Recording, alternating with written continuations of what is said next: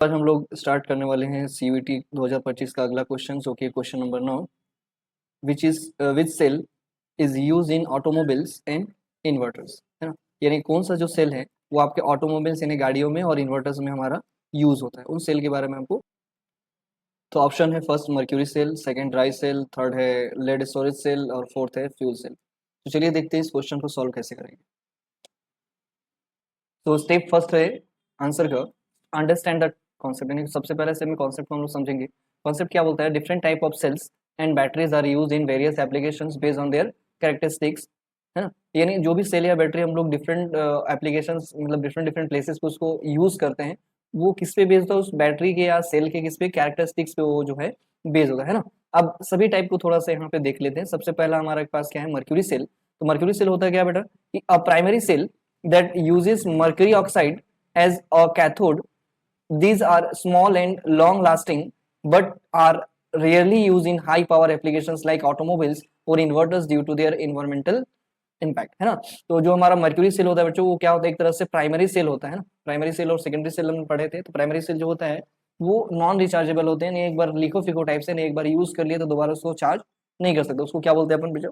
Primary cell वहां पे बोल रहे हैं, ठीक है।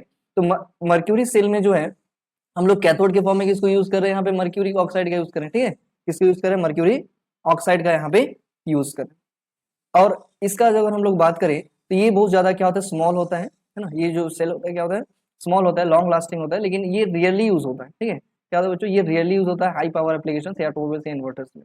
सेकंड अगर हम लोग देखें, जो कि क्या हमारा अपना ड्राई सेल है ना। तो ड्राई सेल क्या होता है बच्चों? A type of battery where the electrolyte is in paste form, that is in the paste form, commonly used in device like flashlights, remote controls and small gadgets. They don't supply the long term power required for high power applications like automobiles और inverters. तो जब हम लोग dry cell का बात करते हैं बच्चों, तो ये क्या होता है? इसमें जो इलेक्ट्रोलाइट लेते हैं ना, इलेक्ट्रोलाइट किसको बोलते हैं बच्चों? इलेक्ट्रोलाइट किसको बोलते हैं? यानी जो सॉल्यूशन, इलेक्ट्रोलाइट किसको बोलते हैं? सॉल्यूशन कंटेन्स आयन, ठीक है। किसको बोलते हैं बच्चों? सॉल्यूशन कंटेन, ठीक है, आयंस। यानी जिस सॉल्यूशन में क्या होता है? आयन होता है, उसको क्या बोला जाता है? इलेक्ट्रोलाइट बोला जाता है। या फिर जो एक्वस सॉल्यूशन या किसी भी सॉल्यूशन फॉर्म में क्या करते हैं? इलेक्ट्रिसिटी को कन्वर्ट करते हैं, आयनाइज होते हैं, उनको क्या बोला जाता है? इलेक्ट्रोलाइट बोलते हैं, ठीक है। तो यहाँ पे इलेक्ट्रोलाइट किस फेज में होता है? पेस्ट के फॉर्म में हम लोग यूज करते हैं। और ड्राई सेल का यूज हम लोग कहाँ कहाँ करते हैं? फ्लैश लाइट में, रिमोट्स में, रिमोट कंट्रोल में और स्मॉल गैजेट्स में करते हैं ना। तो यहाँ पे लॉन्ग टर्म पावर सप्लाई के लिए इसका यूज हम लोग उतना नहीं करते हैं। थर्ड जो हमारे पास ऑप्शन है वो क्या है? Lead storage cell. तो लेड स्टोरेज देखो क्या हो जाएगा कि commonly use in automobiles as lead acid batteries. This cells are rechargeable and provide the necessary power to start the engine and supply electricity to the car, ठीक है। तो यहाँ पे क्या देखेंगे बच्चों? जो हमारा लेड स्टोरेज सेल है, इसी का यूज हम लोग इसमें करते हैं, ऑटोमोबाइल्स वगैरह में करते हैं। क्यों? क्योंकि यहाँ पे जो लेड एसिड बैटरीज भी हम लोग करते हैं। और ये जो लेड एसिड बैटरीज होते हैं ये क्या होते हैं? रिचार्जेबल होते हैं, ठीक है। क्या होता है? रिचार्जेबल। और एक इंजन को स्टार्ट करने के लिए या कार को जितना इलेक्ट्रिसिटी प्रोवाइड करना है या जितना सप्लाई करना है, उतना पूरा इलेक्ट्रिसिटी जो है वो कहाँ से मिल जाता है? इस सेल से हमको मिल जाता है। इसीलिए हम लोग इसका यूज करते हैं, यहाँ पे लेड स्टोरेज सेल का यहाँ पे यूज करते हैं। और मर्क्यूरी सेल का यूज बच्चों, और ये थोड़ा सा छूट गया था कि जो इन्वायरमेंटल जो हमारा इम्पैक्ट होने इन्वायरमेंटल इम्पैक्ट की वजह से क्या है? मर्क्यूरी सेल का हम लोग यूज नहीं करते कि क्या होता है? बहुत ज्यादा हार्मफुल होता है इन्वायरमेंट के लिए, इसलिए इसका यूज हम लोग नहीं करते। और जो अभी हमने देखा लेड स्टोरेज सेल है ना, उसका यूज हम लोग कहाँ करते हैं? इन्वर्टर्स में भी करते हैं, है ना। किसके लिए? पावर बैकअप के लिए हम लोग उसका यूज करते हैं। क्यों? क्योंकि ये जो सेल है इसको क्या कर सकते हैं अपन? रिचार्ज कर सकते हैं, दोबारा दोबारा रिचार्ज कर सकते हैं। और क्या करता है इसमें? हाई अमाउंट या लार्ज अमाउंट में क्या हो सकता है? एनर्जी को हम लोग क्या करके रख सकते हैं? स्टोर करके भी रख सकते हैं और उसको डिलीवर भी कर सकते हैं, ठीक है। तो इन्वर्टर के फॉर्म में भी इसके यूज क्यों करते हैं? क्योंकि इसमें क्या करते हैं? लार्ज अमाउंट में एनर्जी को स्टोर भी कर सकते हैं और यहाँ से हम लोग क्या कर सकते हैं? डिलीवर भी कर सकते हैं। लास्ट ऑप्शन हमारा क्या हो जाएगा? Fuel cell. तो फ्यूल सेल क्या होता है बच्चों की? जो device that generates electricity through a chemical reaction, है ना। यानी फ्यूल सेल में क्या होगा? केमिकल रिएक्शंस के थ्रू क्या होगा? वहाँ पे इलेक्ट्रिसिटी प्रोड्यूस होगा, है ना। जनरली क्या हो जाएगा वहाँ पे? इन्वॉल्विंग हाइड्रोजन एंड ऑक्सीजन, ठीक है। जनरली क्या हो जाएगा? हम वहाँ पे हाइड्रोजन और ऑक्सीजन हम लोग वहाँ पे यूज करेंगे। These are more common explored in specialized application like hydrogen powered vehicles, है ना। इसका यूज कहाँ पे करते हैं? हाइड्रोजन पावर्ड व्हीकल्स वगैरह में करते हैं। बट इसको टिपिकली जो है स्टैंडर्ड ऑटोमोबाइल्स या फिर इन्वर्टर्स में इस फ्यूल सेल का यूज नहीं किया जा सकता। अब स्टेप 2 में देखते हैं, सारे ऑप्शन को एक एक करके चेक करके देखते हैं।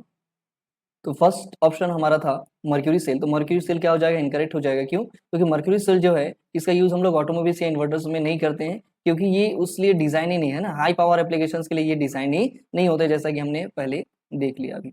ड्राई सेल भी क्या हो जाएगा, इनकरेक्ट। क्यों इनकरेक्ट हो जाएगा ये हमारा, क्योंकि ड्राई सेल क्या होगा, while dry cells are widely use in small electronic devices, they do not provide this necessary power for automobiles inverter. Dry cell का भी पावर क्या होता है, थोड़ा सा कम होता है, यानी इसका यूज कहाँ पे करेंगे, स्मॉल डिवाइसेस में करेंगे हम लोग ड्राई सेल का यूज। ये भी ऑप्शन हमारा क्या हो जाएगा, इनकरेक्ट हो जाएगा। थर्ड ऑप्शन में क्या हो जाएगा, लेड स्टोरेज सेल, जिसको हमने देखा कि लेड स्टोरेज सेल का हम लोग क्या करते हैं यहाँ पे यूज करते हैं, किसमें, ऑटोमोबाइल्स और इन्वर्टर्स में। ठीक है, क्यों करते हैं इसको, क्या बोलते हैं, लेड एसिड बैटरीज भी बोला जाता है ना। स्टैंडर्ड बैटरीज होता है जिसका यूज हम लोग कहाँ पे करते हैं, ऑटोमोबाइल्स में और इन्वर्टर्स में। ऑटोमोबाइल में क्यों करते हैं, स्टार्ट इंजन को स्टार्ट करने के लिए, और इन्वर्टर्स में पावर बैकअप के लिए हम लोग इसका यूज करते हैं। ठीक है, और लास्ट हमारा क्या हो जाएगा यहाँ पे, फ्यूल सेल, ये भी क्या हो जाएगा हमारा, इनकरेक्ट हो जाएगा। ठीक है,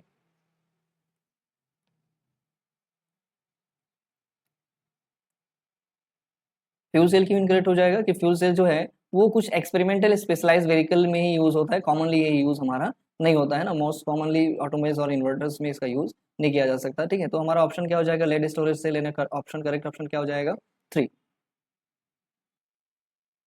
नेक्स्ट क्वेश्चन नंबर 10 देखते हैं, जो कि क्या बोल रहा है कि galvanic cell behave as electrolytic cell when, यानी गैल्वेनिक सेल जो है वो इलेक्ट्रोलिटिक सेल के जैसा कब बिहेव करेगा ना। ऑप्शन हमारे यहाँ पे गिवन है 1 2 3 एंड 4। तो चलिए इसका आंसर स्टेप वाइज देख लेते हैं। अंडरस्टैंडिंग, फर्स्ट स्टेप क्या हो जाएगा, understanding the behaviour of galvanic and electrolytic cell. तो गैल्वेनिक सेल और इलेक्ट्रोलिटिक सेल का बिहेवियर देख लेते हैं। तो गैल्वेनिक सेल क्या होता है, हम लोग को ऑलरेडी पता है बच्चों, क्या होता है कि galvanic cell is a voltaic cell where spontaneous reaction अगर प्रोड्यूसिंग इलेक्ट्रिकल एनर्जी, यानी यहाँ पे क्या बोल सकते हो, केमिकल रिएक्शन के थ्रू क्या बन रहा है हमारा, केमिकल रिएक्शन या केमिकल, इसको क्या बोल सकते हैं, एनर्जी जो है वो किसमें कन्वर्ट होता है हमारा, इलेक्ट्रिकल एनर्जी। ठीक है बच्चों, किसमें, केमिकल एनर्जी जो है किसमें चेंज हो रहा है, इलेक्ट्रिकल एनर्जी में हमारा चेंज हो रहा है ना। अब उसके लिए हमारा ई सेल का वैल्यू क्या आना चाहिए, याद रखेंगे बच्चों, यहाँ पे पॉजिटिव आना चाहिए। ठीक है, अगर हम कोई भी सेल से एनर्जी प्रोड्यूस होगा कि नहीं होगा उसको पता कैसे करेंगे, अगर ई सेल का वैल्यू पॉजिटिव आ रहा है तो क्या हो जाएगा, उसके लिए क्या हो जाएगा हमारा, वो जो सेल से क्या हो जाएगा, एनर्जी प्रोड्यूस हो, यानी उससे हमको इलेक्ट्रिसिटी मिलेगा।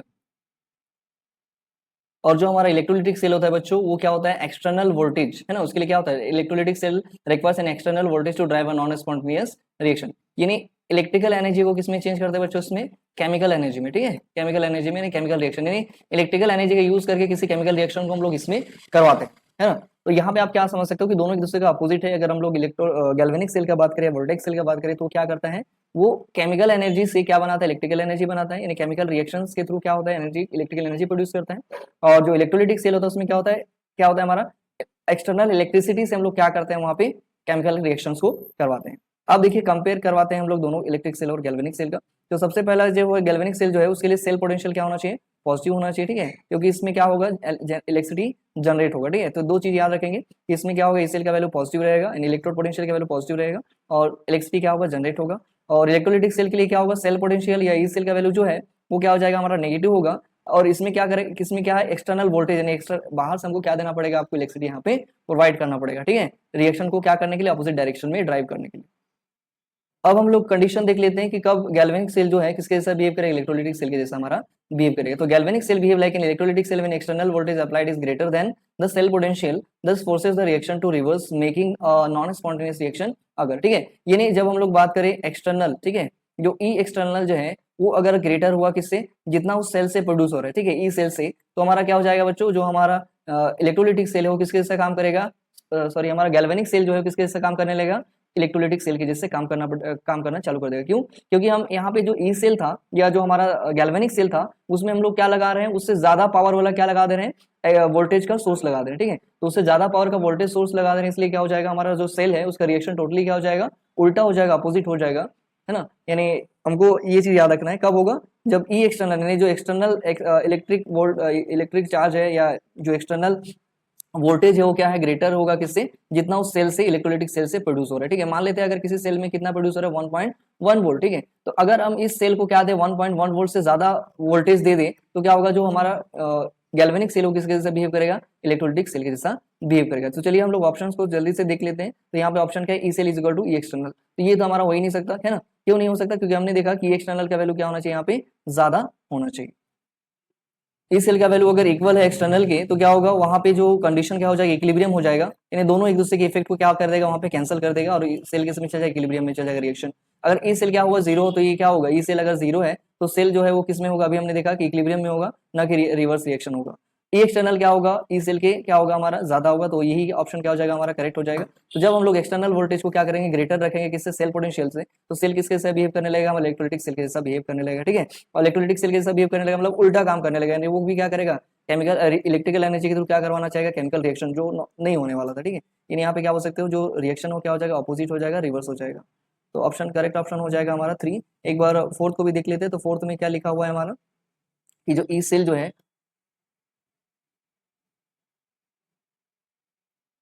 ई सेल जो है वो ई सेल जो एक्सटर्नल से क्या है, ज्यादा है, तो एक्सटर्नल एक्सटर्नल अगर कम होगा तो उसका कोई इंपैक्ट वहां पे नहीं चलेगा, यानी जैसा हमारा सेल है वो नॉर्मली वैसा ही काम करते रहेगा। तो फाइनल ऑप्शन हमारा हो जाएगा E external is greater than E cell, ठीक है। तो आप ये यहाँ समझ सकते हो कि अगर कोई सेल 1.1 वोल्ट पे काम कर रहा है, ठीक है बच्चों, इतने पे काम कर रहा है, यानी गैल्वेनिक सेल से इतना एनर्जी आपको मिल रहा है, तो अगर इस सेल इस कंडीशन में वो क्या कर रहा है, हमारा केमिकल एनर्जी को किसमें चेंज कर रहा है, वो इलेक्ट्रिकल एनर्जी में, ठीक है, किसमें कर रहा है, इलेक्ट्रिकल एनर्जी में।